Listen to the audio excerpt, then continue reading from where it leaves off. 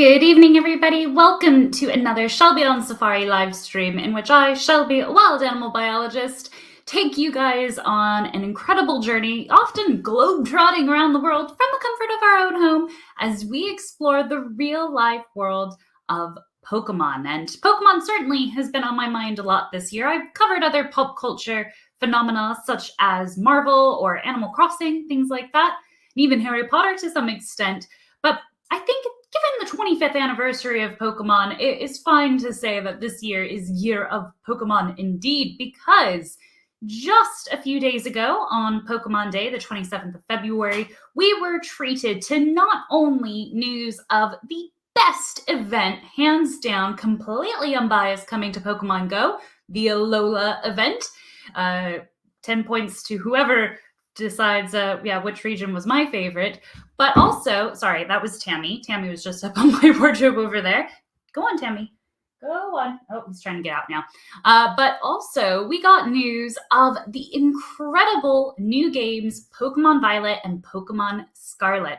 And they didn't just treat us to imagery of Pokemon that we know and love in this new world. Oh no, we got treated to our first look at the 3 starter Pokemon that you can choose in Pokemon Scarlet and Pokemon Violet coming later this year.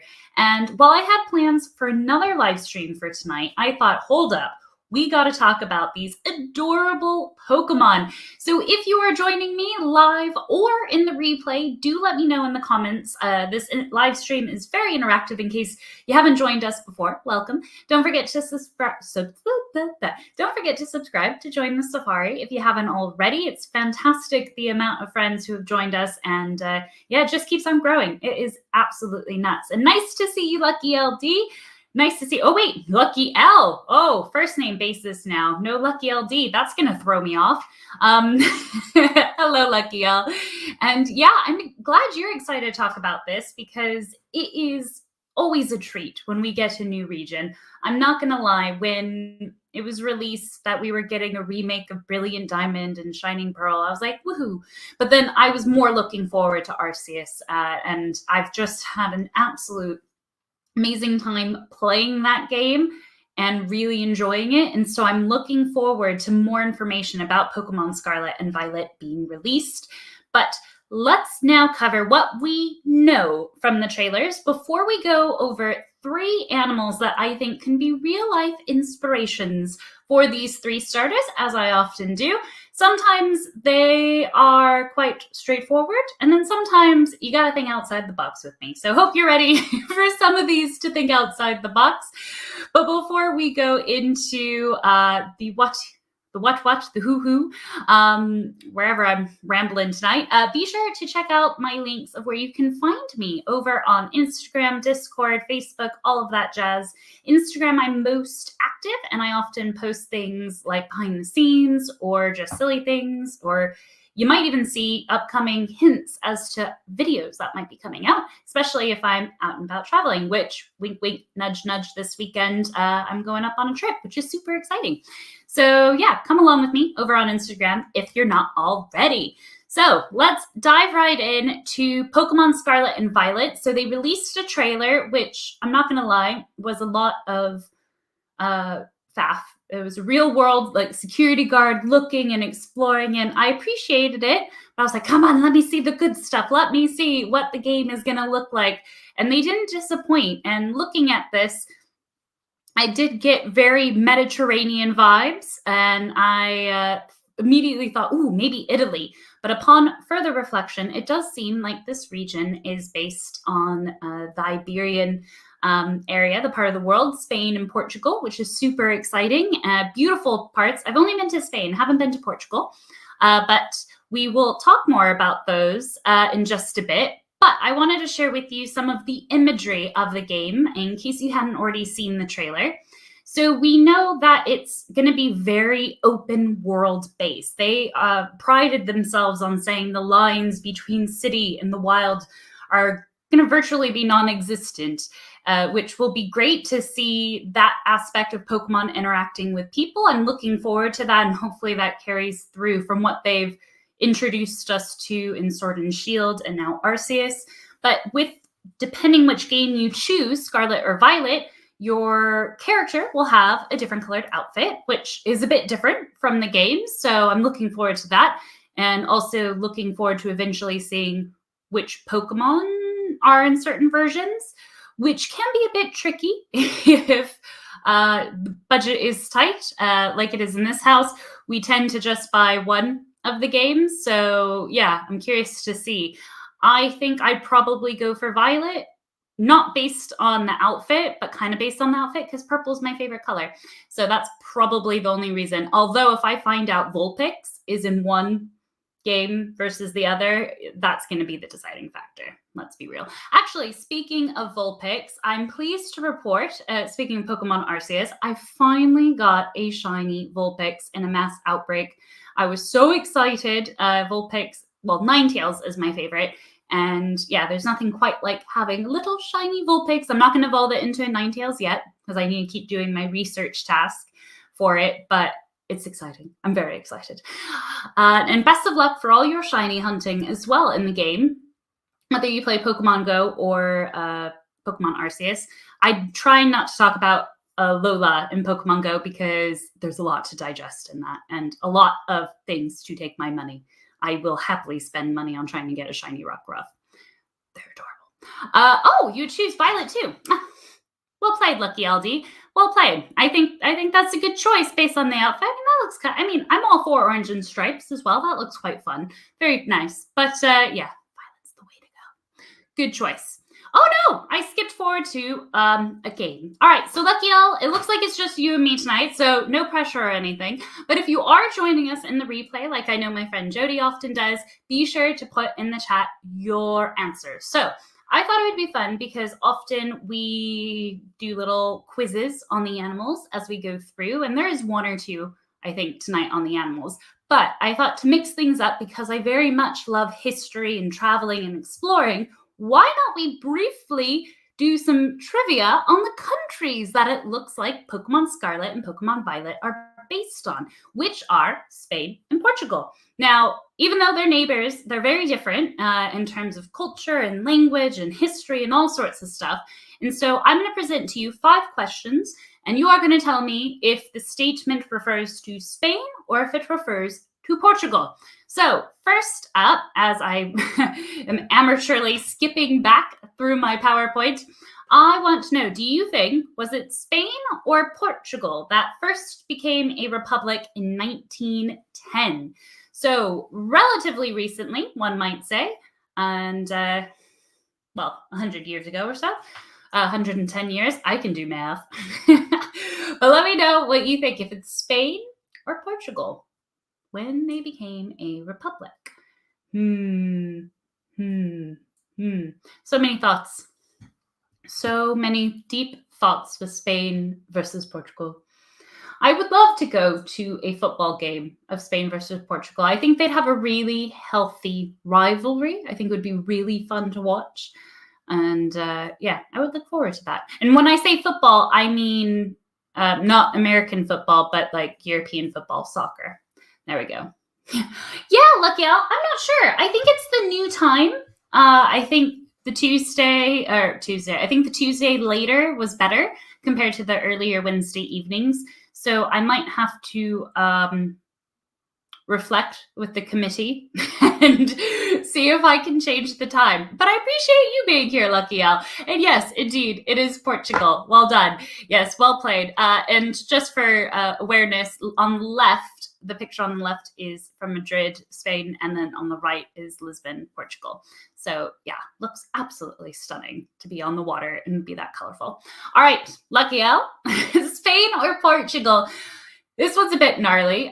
Their capital was almost destroyed by not just an earthquake, but then that earthquake was followed by a tsunami 40 minutes later. Yeah, that's pretty rough going to not just have suffered an earthquake, but then later a tsunami, not even an hour to recover after an earthquake.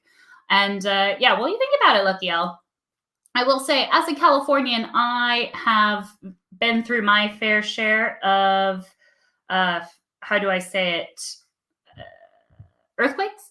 I've been through quite a few. And one in particular, I remember when I lived in LA, I was quite young. I was watching 101 Dalmatians. I was maybe 4, not even 5. I was watching 101 Dalmatians. And when Cruella de Vil's car, the animated one, when Cruella de Vil's car goes down the bridge, and it's like, whoosh, and the animation is all whoosh, whoosh, that's when the earthquake happened. And I remember being like, whoa, this is really cool. And then my mom like grabbed me and pulled me under the door because I was just like, wow, this is part of the movies. But it wasn't. It was an earthquake. But yeah, luckily, touch wood, I haven't had any earthquakes since living here in England. But yeah, it can be certainly quite scary because you never know how long they're going to last and whatnot. But I'm pleased to say that it was the capital of Portugal, Lisbon, that was almost destroyed, but not destroyed. So that's the good part.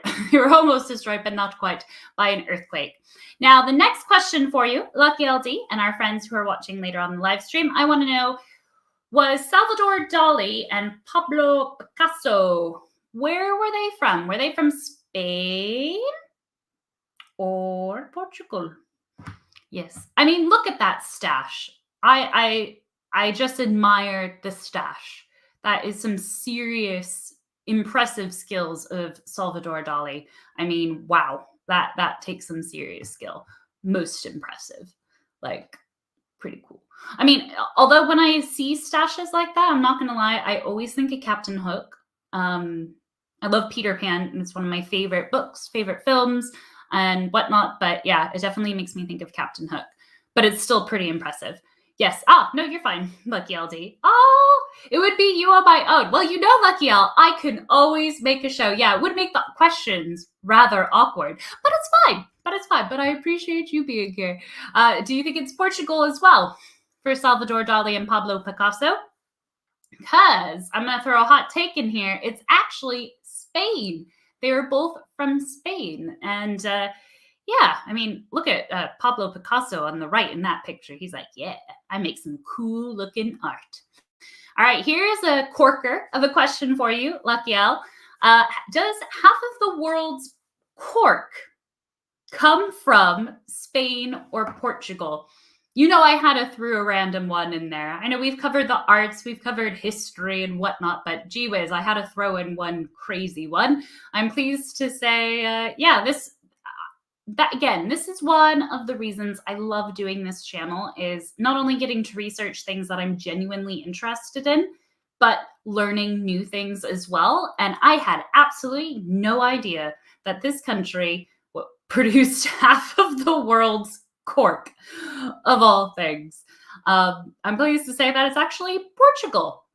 Yeah. Yes, and right, Lucky L. Yeah, Spain, they are both from. That's right. And yeah, half of the world's cork comes from Portugal. To add on to that, I must add that it's actually illegal to cut down a cork oak tree without the government's consent. So you can't just go around chopping cork trees, which, by the way, are the picture on the right. That's what a cork tree grove looks like, if you wanted to know.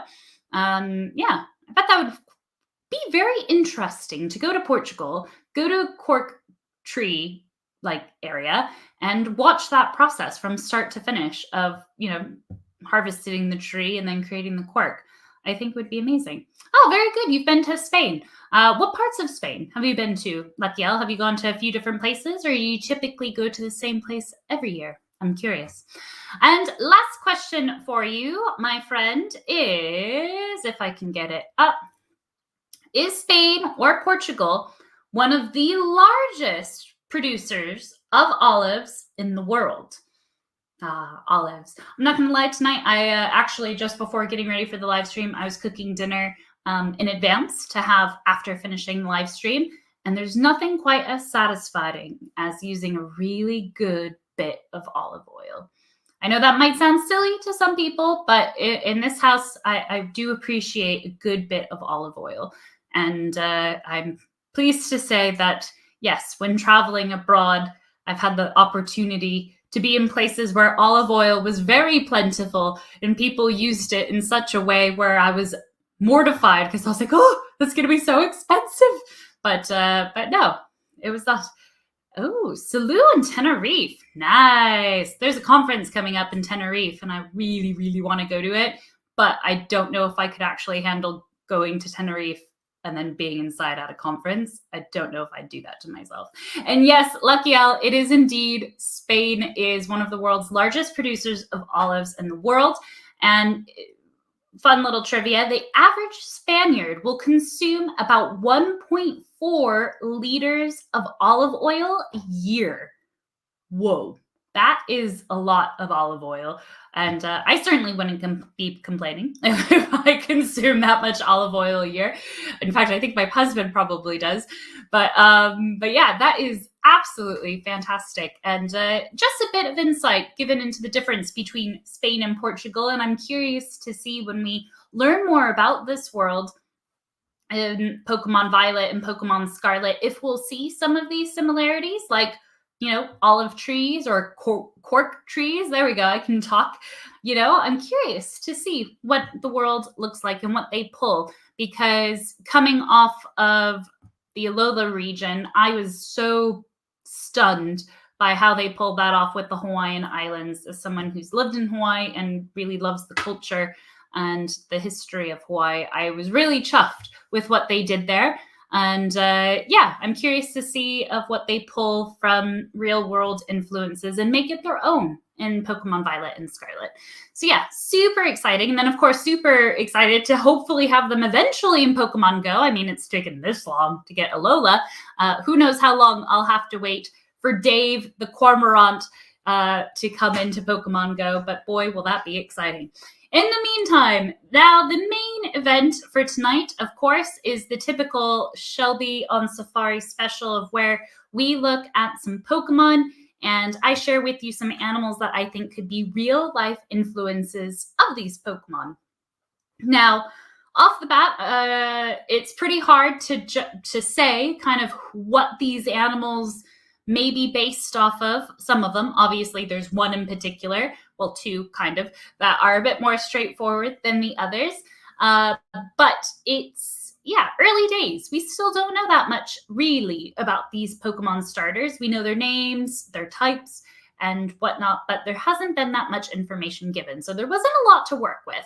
But one of the things I wanted to focus on, since we looked into Spain and Portugal, was animals that are or were, spoilers, based in those areas in Iberia. And I really wanted to highlight some of the species that you can find there, because typically in the Pokemon franchise, they tend to do nods to animals or plants and whatnot that are in that area. I mean, one that particularly comes to mind was the teacup in Sword and Shield, you know, little things like that. But there are very often subtle nods to the region that it is based off in the real world. So for this particular one, I wanted to focus on animals that you can find there. And typically I go for ones of conservation concern or of interest, because, well, you know me, I love raising awareness of some cool species. So right off the bat, Lucky L, we are going to talk about Quacksley, the water type starter Pokemon. It's known as the duckling Pokemon. Now, actually, I'll go back to that slide. He's the one on the left, and he's known apparently as the earnest and tidy duckling Pokemon. And yeah, he is pretty darn cute. You know, I mean, he does kind of remind me of Donald Duck, and I know a lot of people have said that, but, you know, still. I'm curious to see, as with all of these, and I'm sure you are too, their final evolutions. I think that can make or break a starter Pokemon. I don't want to throw any Pokemon under the bus. Torchic! That their starter Pokemon, bless me for that, sneeze, were absolutely terrifying in final form. I don't like Blaziken whatsoever. It's crazy angry chicken. But yeah, no, I'm curious. I do say I actually still have my original Oshawott as an Oshawott. I've not evolved it. There's no way I'm doing that. Oshawott's far too cute to be evolved. And I have a feeling which starter Pokemon I choose out of these three, I'm going to keep it as its starter. But anyways, so Quacksley is a quite adorable looking duck. And the animal I was reminded of is this fine beauty. In fact, Lucky L, I'm going to make it bigger. Y'all don't need to see my face. You need to see this adorable duck. look how cute this little duck is. So this is the white-headed duck, and it's a migratory species that breeds not only in Spain, but North Africa and Western Asia as well. And they are a super duper aquatic species. And when I say super duper, I mean they are so well adapted to life in the water that actually they almost struggle to walk on land because they're way better suited for life in the water. So I couldn't think really of a better water type real life Pokemon than that. And I don't know, it's just such a sweet looking guy. And obviously I was a bit biased because of the blue typing of the bill. Now this species is sexually dimorphic, especially when it comes to breeding season. The male does change. So actually during the year, the normal part of the year, they kind of look similar. But during the breeding season, the males will develop more white on their heads, and their beak will then become swollen and turn a bright blue. So actually, let me show you the next picture because I have what the comparison photo. So during the breeding season is on the left-hand side where it's blue, a lot more white. And then on the right-hand side, that's actually a female, but the males during non-breeding season look very similar to that. So that's quite cool in terms of like in Pokemon, how you can get like powered up during certain weather conditions. So maybe that could be applied to real life animals. During breeding season, I guess they power up and their bill turns blue. Crazy.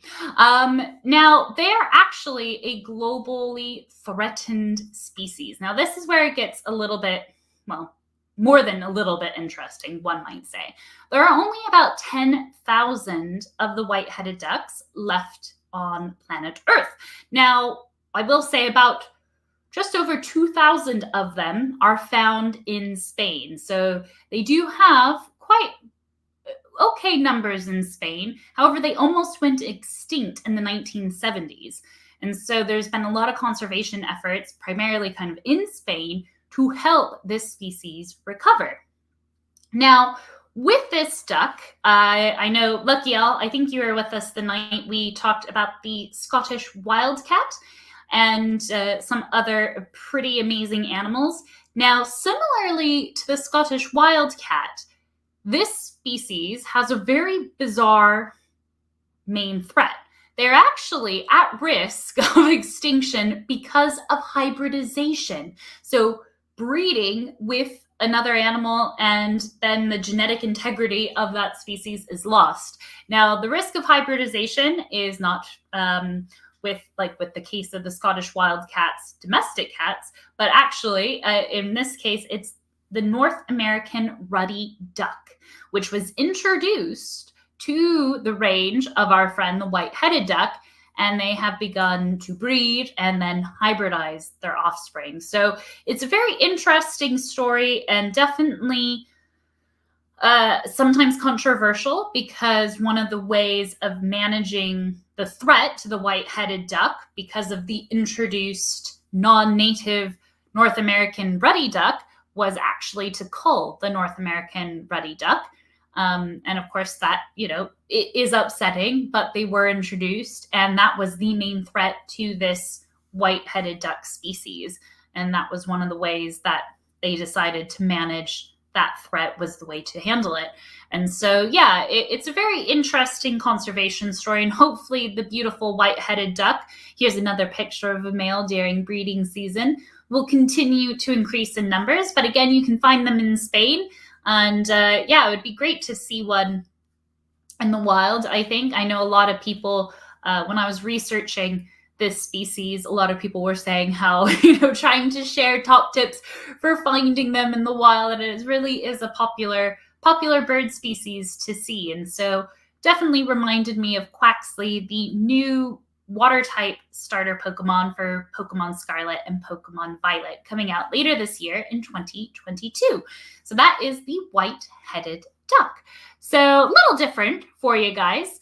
And, in terms of the starter Pokemon, I'll show you the starters now. So we've covered the water, but now it's time to go on to another interesting species, the one on the right. We're going for Fuecoco. And yeah, what an adorable fire type Pokemon. I mean, I was not expecting another kind of fire type to be so cute. Again, waiting to see what the final evolution looks like. I think that will be a heavily dependent one.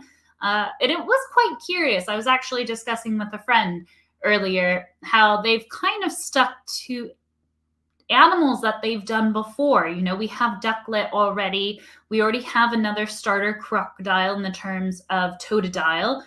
And then a cat. We already have Litten of Alola. So just different types of the animals, except obviously the Ducklet and Quacksley are both water. So hopefully with whatever future games they come up with, they might go for some alternative kind of generic animal, because there's so many amazing animals, as you guys know, out there. So I thought it was interesting to go for another crocodile type. But Fuecoco, this adorable red Pokemon to the right of the screen, is known as the laid-back fire croc Pokemon that does things at its own pace. And boy, can I relate to that. And he certainly looks like a little bit of an apple, doesn't he? I don't know if you've got that impression, Lucky L, where, yeah, but especially with the little yellow bit at the top of his head. Looks like a little bit of an apple. But rather cute. He's bipedal, but he has little tiny front arms, which is interesting to see. So maybe that will play into his evolution. And yeah, I'm glad you two get excited. I think that I know it seems silly that it plays a big part in what you choose, but when you're playing the game, you kind of want something that you're gonna want to keep with you the entire time. I don't know if you do that too, Lucky L, and you guys who are watching on the replay. Typically, whichever starter I choose, I try to keep them with me throughout the entire game. I don't know why. Maybe it's just sentiment, just a sentimental soul. But yeah, I do like to keep them with me. And yes, for Pokemon Legends Arceus, I kept Oshawott as an Oshawott. He is now currently level 91, I think. So quite the powerful little Oshawott. But yeah, for this one, I went outside the box because, like I said, I wanted to focus on the, how do you say it? The animals of Spain and Portugal. And so for the crocodile, I had to go a little bit outside the box because there's not really any crocodilian species in Spain or Portugal, or at least there isn't today. Interdramatic music here. Although actually there were apparently reports of a Nile crocodile found in Spain. That was not supposed to be there. But in all intents and purposes, we're going to look, going back in time, to the Diplo I can't talk tonight. Diplo Cyanodon Retaliai. And yeah, quite a fun name. Doesn't really have a common name, and that's because 16 million years ago, it was a caiman-like crocodile that lived in the Catalonia part of Spain. And so here, apparently, is the skull of one Diplocyanodon Retaliai. And this species was relatively small, which again made me think of kind of a smarter type Pokemon. They are no more than a meter long, so quite small for a crocodilian type species. Now, the fun of this name, the Diplocyanodon, as if I couldn't say that enough, grouping of dinosaurs or animals, well, animals in general, Diplocyanodon classification of animals was actually around before the divergence between caimans and alligators. So this species, were actually around before, on the evolutionary tree of life, that split happened. So they're kind of like the ancestors of modern day caimans and alligators, which is quite cool to see. And I was curious in terms of what you guys think was the neighbors of these impressive animals. And I don't have an artist representation of this species, but just imagine a cute little caiman. Actually, here's a picture of a caiman on the left and an American alligator on the right. So this species is more similar to the one on the left, but again, was actually around before these two species actually split on the Tree of Life, which is quite cool. Oh, that American alligator is absolutely gorgeous. Little caiman, so cute. Yes, I do love some crocodiles. But yes, what animals do you think were the amigos of the Diplo Cyanodon? Was it A, rhinoceroses, B, mouse deer, C, extinct relatives of elephants, or D, all of the above? Now you might be wondering, whoa, Shelby, how would you know what their amigos, their neighbors were? Well, I'm asking based on remains found at the site Els Castos. So in this particular part of Spain, there's been a few other discoveries found of fossilized remains. And so be curious to hear what you guys think. What were the other remains that were found at this site, Els Castos? Was it A, rhinoceroses, B, mouse deer, C, extinct relatives of elephants, or D, all of the above? It is pretty trippy, though, to think, that long ago, what animals would be living alongside this cool, smaller sized little crocodile, especially in Spain. Like, I don't know, just seems a bit bizarre. Definitely would want to look more into kind of early history like this more, because it's an area I'm not too familiar about, if being honest with you guys. But what do you think? Lucky L says D. Well, right on you are, Lucky L. I tried to throw in some curveballs in there because I was surprised to find, yes, indeed, the remains of other kind of amazing, cool animals found at this site, Els Castos, in Spain, were indeed rhinoceroses, mouse deer, also primitive pigs and other primitive bovine species. And with regards to the extinct relatives of elephants, in particular, it included the mastodon, which was quite cool. In terms of carnivorous species that were also alongside our little cool crocodile friend, there were bear dogs, felids, hyenidae type animals, and extinct mustelids. So mustelids is the group that includes our friends otters and things like that. So quite the assortment or menagerie of cool animals found back 16 million years ago. And I know it seems a bit out there, but I thought it's really cool to bring up some animals that are extinct now. Might as well expand our range, but it also didn't help that there are no actual current crocodilian species in Spain and Portugal. So thus I had to look back in time to find a Pokemon animal that does things on its own time, like Fuecoco. Definitely looking forward to seeing what Fuecoco is. Now, I saved the best for last, and I know you guys are probably all like, yeah, we get it, you like cats. But I'm pleased to say, after 25 years of being a Pokemon trainer, I, Shelby, will finally, willingly choose and happily choose a grass starter type. I'm always either water, occasionally fire, never grass, but golly gee, how could I refuse this adorable cat? It is Spira Gatito, the grass type Pokemon, and the definition given to us in the trailer was the capricious, attention-seeking grass cat Pokemon. You can't get more lovable than that, can you?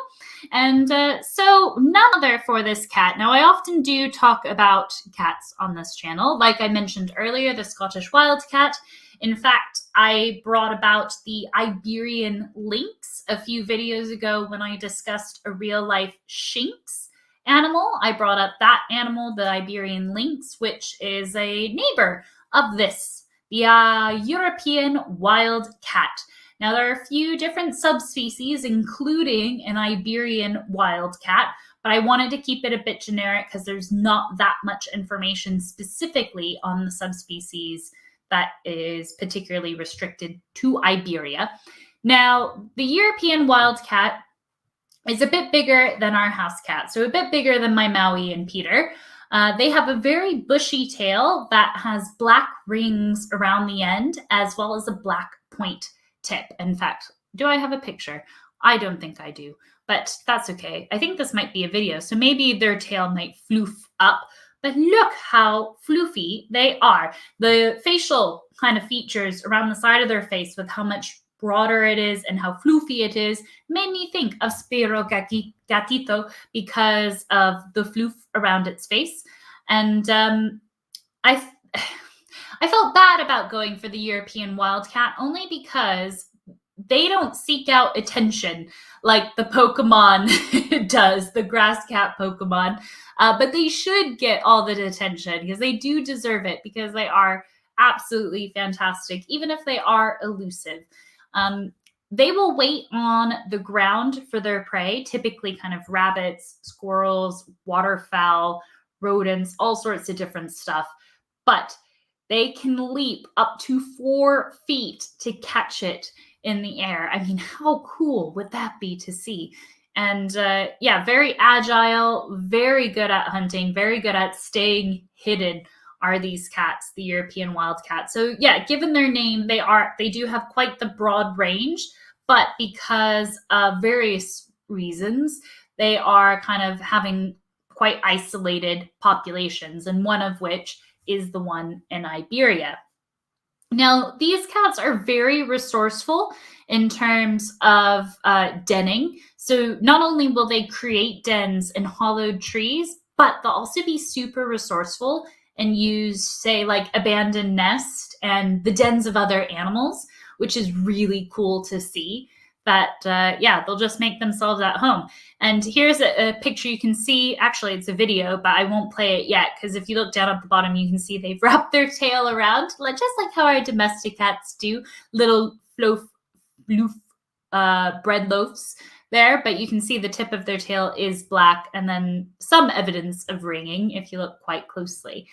Now, like the Scottish wildcat and the newly met white-headed duck, hybridization is a big threat to this species. And yes, of course, in different parts of the range, there's different threats, habitat loss and all that has to be accounted for. But oddly enough, hybridization is a big threat. And the hybridization is with kind of domestic cats. And obviously, you're not going to be able to solve that problem the same way like they did the white-headed duck, but it is something to kind of keep in mind for conservationists, and certainly a challenge to handle that. And I should mention, because of the Iberian lynx that I brought up earlier, they are often confused for Iberian lynx. They're very different. Iberian lynx are definitely a bit bigger. But the Iberian lynx is rarer than the European wildcat, or if you're specifically hoping to see the Iberian wildcat, yeah, you'd be lucky to see either or. But yeah, they're not quite like the Iberian lynx. The lynx have more tufts on their ears. Definitely check out that video if you haven't already, because they're super cool. Now, another aspect that the beautiful European wildcat, and particularly the Iberian subspecies, has in common with the Iberian lynx, apart from hybridization, not hybridization, but actual rabbit populations declining. There's been a correlation between the catastrophic decline of rabbit populations with the decline of the Iberian lynx and the Iberian wildcat. And that's because that is one of their main sources of food. And so, as you can imagine, if, say, Chipotle went out of business, well, no, that's a horrible comparison. I just really love Chipotle, and I can't wait to have Chipotle. But in all seriousness, with the food population suffering, that's going to have a knock-on effect on the rest of the ecosystem. And unfortunately, it has had a knock-on effect, particularly upon the European wildcat, and particular the subspecies, the Iberian wildcat. A recent study was found that the Iberian wildcat primarily eats rabbit. When I say primarily eats, it's over 75% of their diet, which is quite a niche to have. And I mean, they can be resourceful and eat kind of other rodents, but in terms of primarily what they go after, it is rabbits. So rabbits kind of, yeah, to not have rabbits, it's a bit of a bummer, and leads to kind of a bigger problem for the conservation for both populations of the Iberian lynx and Iberian wildcat. But not to dwell on sadness, let's watch this video before I forget of this beautiful cat, because, I mean, look at that face. They are ever so sweet. And again, this is just the European wildcat. This is not the subspecies of, did I say Iberian? This is the European wildcat, not quite the Iberian subspecies, but very similar in looks. And yeah, ever so majestic. Just like my Maui. Isn't that right, Maui? I can hear him outside crying. But yeah, just thought it would be fun to briefly introduce you to some amazing animals of Iberia, in particular, both Spain and Portugal, and give a bit of a excitement towards some of the amazing regional attributes of both of those countries, like Salvador Dali and the cork trees that you can find in Portugal. It's fascinating to be able to continue to deep dive into the world of Pokemon to see what real life similarities there are between the animals, the history, the architecture. It's going to be exciting in this lead up to Pokemon Violet and Pokemon Scarlet coming out later this year in 2022. And you can bet your bottom dollar in the lead up to that, we'll be talking more about these starters and hopefully more information on other Pokemon that will be released in Pokemon Scarlet and Pokemon Violet will come out, and we can dive into it together and talk more about these amazing animals that are like these Pokemon that we'll get to meet in those games. Now, the next few weeks are going to be quite busy. There's going to be a mix of videos between going off on some of the adventures with me, like how I recently brought you guys with me to Marwell Zoo. And I am trying out different types of videos. So some aren't just me talking, when we talk Pokemon. Sometimes they're more kind of vlogs and seeing animals at some of the cool collections that I get to visit. So there is a mix. And if there is a preference for one type of style that you like more than the other or whatnot, do let me know. Or if you want me to talk about a particular Pokemon species, I mean, Lucky L, I don't know, have you suggested any to me lately? Because just last week, I looked at giraffes and Giraffarig for our friend Jody, who typically watches the live streams after. But if there is a particular Pokemon species or animal that you want me to mention, I've had a few requests popped in, and some will be coming over the next few weeks. So I'm happy to look at that. But yeah, in a few weeks' time, about 2 months' time, the channel might shift for a little bit, a Shelby on Safari special, because fingers crossed, you heard it here first, as of now, it looks like I will be able to go back home, possibly to California. And so I thought, what better way to film a couple of videos while I'm out there of some of my favorite places, some amazing animals, and just share with you guys a bit of insight into, my life and some of the cool adventures. So looking forward to sharing with you guys a trip back home to California, hopefully in the near future. But yeah, keep posted over on Instagram because that's where you hear it first. So yeah, Lucky L, if there's any animal species or Pokemon you'd like me to look into, I'm more than happy to in the lead up to that fun adventure coming later this year. But with that, Lucky L, a pleasure as always to have you here, my friend. I hope you have a great rest of the night. And to those of you watching later on the live stream, thanks so much for joining me in the excitement leading up to Pokemon Scarlet and Pokemon Violet and meeting not just some incredible real-life animals like the white-faced duck, but discussing the excitement of these starters. Now, Lucky L, I don't think you haven't ever suggested any to me. I don't remember. I would remember if you did. But before you go, actually, Lucky L, I'm really keen. Which starter type would you choose? Actually, I think you said you would normally choose the water type because blue is your favorite color. Is it true? Would you still go for Quacksley for these three? Would you? Or are you going to go for the cat? I'm going for the cat for sure. For sure going for the cat. Even if its evolution is gnarly, I think I'll still go for the cat just because it's so cute as it is now. But yeah, Lucky L, let me know. And if you're watching the replay, let me know which of the three you're going to choose when Pokemon Violet and Pokemon Scarlet come out later this year in 2022. Yes, good night. Good night. I think there's a delay on the chat, the old chat uptake there. It's probably my internet knowing that. But yeah, let me know which one you think. And yeah, have a great rest of the week. Grass Cat, then Fire Croc. Yeah, the duck. I feel bad for Quacksley, man. I mean, the white-faced duck is a pretty cool animal, but yeah, Grass Cat for sure. Good choice. And Firecracker, just because it's cute. Good. I'm glad we are 3 for 3 for the Grass Cat. And Spiragadito, I think you would pronounce it. I'm not going to lie. Actually, I know I'm going off on a tangent. But I think when playing Pokemon, it is so fun to name your Pokemon. And I am the worst at remembering to do this. Except for when I played Alola, I gave each of my Pokemon Hawaiian names. But I think Spiragadito for sure is going to get a nickname. I don't know what I call it. I think it depends if it's a boy or a girl that I get. But I definitely am going to give it a nickname. Fuecoco, though, like if I did go for Fuecoco, like you mentioned, I think I would keep it Fuecoco because that sounds so cool. But yes, anyways, have a good evening. I'm going to go eat dinner. Hopefully Maui's not eating it. I did cover a towel over it, but it has bacon, so who knows with Maui. But I hope you guys have a good rest of the evening, and I will see you in Friday's video. And we're actually going to be going to another collection in Portsmouth, going to an aquarium this time. So really excited to show you guys what cool animals you can see at the aquarium in Portsmouth.